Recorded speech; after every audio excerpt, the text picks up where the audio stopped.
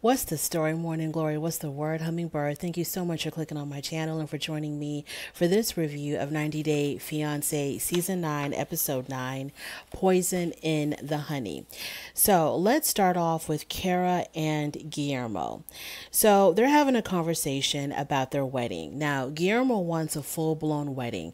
He wants to experience the whole shebang. He wants to have the wedding, the guests, the flowers, the food, the reception afterwards. He wants to have the whole thing.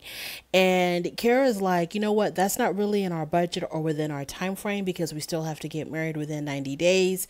We only have about 60 days left. We don't have the time to plan a real full-blown dream wedding, and we don't have the money for that right now. So let's just go to the courthouse, pay $50, get married, and do the dream wedding later on. Now, Guillermo's like, if we get married now at the courthouse, I am not going to be in the frame of mind or in the mood to do a bigger wedding later on. I'm going to be ready to start my life later on. And if we're going to be saving for anything, I want us to save for a baby or save for a house or something. I don't want to have to do all this saving just for a wedding.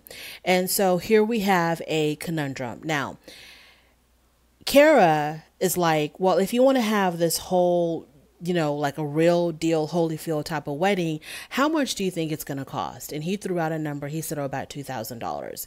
And she looked at him kind of like, no, she asked him, how much do you think it's going to cost just for the venue? That's what she asked him, not for the whole wedding, but just for the venue. And he said, oh, maybe around $2,000. And Kara looked at him like he was crazy.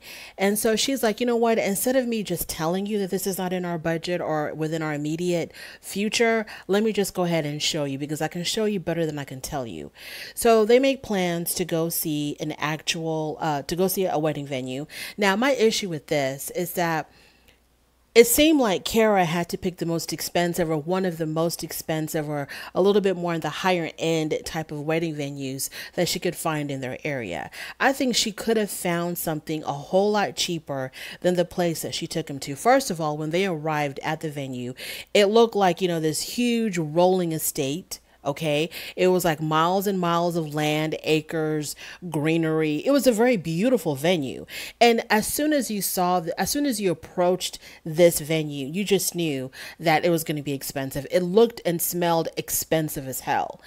And so I guess the venue owner or the venue coordinator, she's giving them a tour of the place, the inside, the outside, the whole shebang.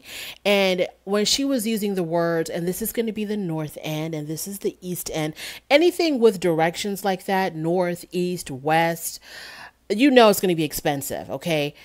And so they go inside. It's absolutely beautiful. It's already set up for a wedding that's actually going to take place later on that day. So they get to see how it will look in an actual wedding with the tables set, the bouquets, the plates, the cutlery, all of that stuff is already laid out. Really, really beautiful. And she gives them the packet, which has, of course, the cost. And depending on what day they choose to have their wedding, it's going to be between $75,000 to $10,000 just for the venue. And I'm sure they're going to supply the tables and the chairs and the cutlery and the flatware, and that's it. You're responsible for everything else. So just for the space alone, we're looking at a starting price of $7,500, and then you have to add the catering. Then you have to add obviously the wedding gown, the tuxedo, the suits, the flowers, the whole shebang, right? So we're looking probably at maybe a $15,000, $20,000 wedding at the minimum. And I was like, okay, Kara, so in your world, it's either a $50 courthouse wedding or it's a $20,000 venue wedding. There's nothing in between at all. So in your area, in your town, people are either paying $20,000 and up for a wedding, or they're going to the courthouse. Nobody's doing anything in between, because I'm pretty sure that you could have found something in between 50 to 20,000, $50 and $20,000. You could have found something a little bit more affordable. But to hammer in your point to Guillermo, you're going to choose a much more expensive type of venue to prove to him that, hey, we can't afford this, so we have to get married at the courthouse, which I think is very, very manipulative. Now, y'all could have done y'all's research. I'm pretty sure there's people out there who are getting married on a budget. Now, me, myself, I'm all for a courthouse wedding. I don't see anything wrong with a courthouse wedding, but I'm not one of those people that, ever since I was a little girl, I dreamed of the Cinderella wedding. I'm not one of those people that fantasizes about, oh my God, my wedding is going to be like this and like that and like this. I have no issues getting married at the courthouse. So I am team courthouse all the way. But I feel like for the average person that doesn't want to do a courthouse wedding can get a decent wedding for less than $20,000. You have a few guests, you choose like a very small venue, a very small area or whatever. It can get done for less than $20,000, $30,000, $40,000. So I thought that was, that was manipulative and it was controlling, and I just didn't understand why they couldn't have explored anything in between. So then they have a conversation about Kara's controlling ways, and he's trying to let her know that, you're very controlling. You always have the final say in everything that we do, and I have very little to no input in anything that we do together. And she says to him, I have no problem hearing your opinion. And I kind of doubt that. I feel like Kara doesn't want to hear anybody's opinion but her own. And he gave this example that, sometimes she'll make plans without him. And when she finally presents him what the plans are, she's already had everything set in motion and it's too late to back out of them. And so he just has to go with the flow. And he's like, I need to be more involved in the things that we do. I need to have more say so in the things that we do because, partnership, we're together, we're a couple, so on and so forth.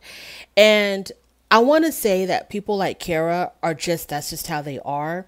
I don't see this changing anytime soon, but I've seen people change, like after, especially with these reality TV. Okay, I'm saying people, one particular person. I don't know if y'all watch my Married at First Sight reviews, but on Married at First Sight, there was a guy there by the name of Olajuwon who was extremely,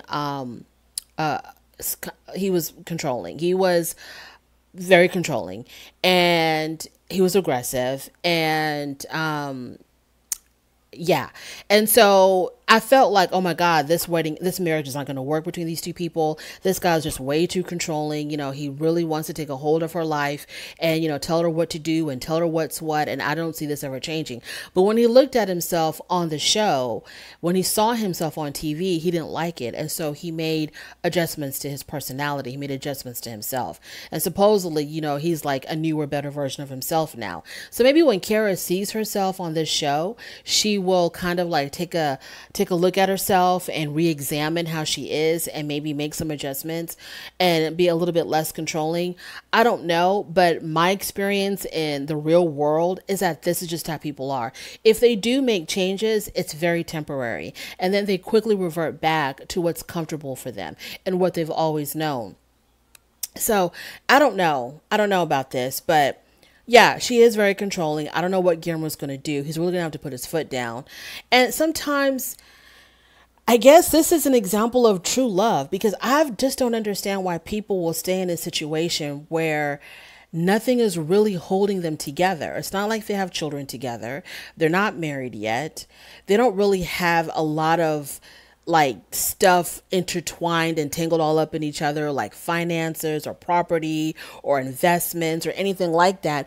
And I'm just like, if this is not your cup of tea, it's not your cup of tea. Everybody, it seems like a lot of people in a relationships that are very problematic, and they stick it through thinking that and hoping that, okay, things are going to get better.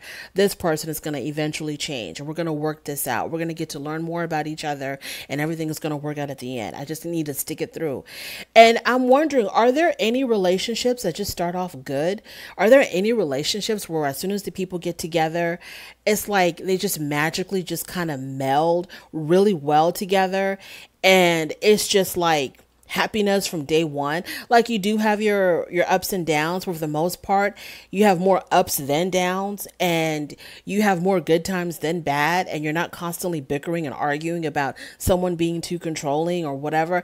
I don't know, but watching this show and other reality shows that are centered around relationships, it seems like no, those don't really exist. There is no happiness out there like that, where you can just hit it off in the beginning and it just stays that way, where y'all are just constantly hitting it off for the next 50 years. Y'all are just hitting it off, and it's just, I don't know. But as far as Kara and Guillermo, yeah, I think that when she said that we don't have the money, we don't have the time to do this dream wedding, I don't know how much money they actually have saved together. I don't really know. I mean, if they've got like $1,000 in their savings account and that's it, then yeah, y'all really don't.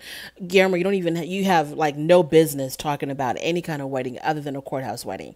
But if y'all have got like $10,000 saved up or whatever, or $20,000 saved up, then y'all could probably do something small. Okay, it's not going to be anyone's dream wedding, but it's going to be a little bit more glamorous than a courthouse wedding, and then both of you can be satisfied. It's just a way to compromise where each of you can. It's a very special day. Hopefully you only have to do this once, and you want to make it very memorable. And maybe Guillermo's that kind of guy where he wants to make it very, very special. He wants to make it, beautiful. He wants to make it something that, that they can talk about, and not just we went to the courthouse and we got married. He really wants to have pretty pictures and all this and that. I don't know, but maybe there's a way they can compromise, a little bit better than a courthouse wedding, but not as grand as something where it's, $7,500 just for the venue itself before you add on anything else. I don't know, but good luck to Guillermo and Kara. And there's one more thing I wanted to mention about Guillermo and Kara. Oh, the computer thing. In the very beginning, and he mentioned it again in this episode, how he had come with his own money and he wanted to buy himself a computer, but Kara had said no. He couldn't do that. And I thought that wasn't right of her. That was his money that he worked for in the Dominican Republic or Venezuela. That's his money. He let him buy his damn computer, Kara. This is for him to bring this up again. Is like he's very resentful of that, and this is something that he will continue to bring up and continue to bring up and continue to bring up to prove to her, hey, I had my own money that I worked for, and you wouldn't allow me, a grown man, to buy my own computer, just to prove how controlling she is. So good luck to all of that. But that is my review of Kara and Guillermo. If you like this, if you made it to the end, I really do appreciate it. On your way out, please rate the video. If you like it, subscribe. If you don't like it, don't worry about it, but thank you for stopping by anyway, and I'll definitely talk to you later.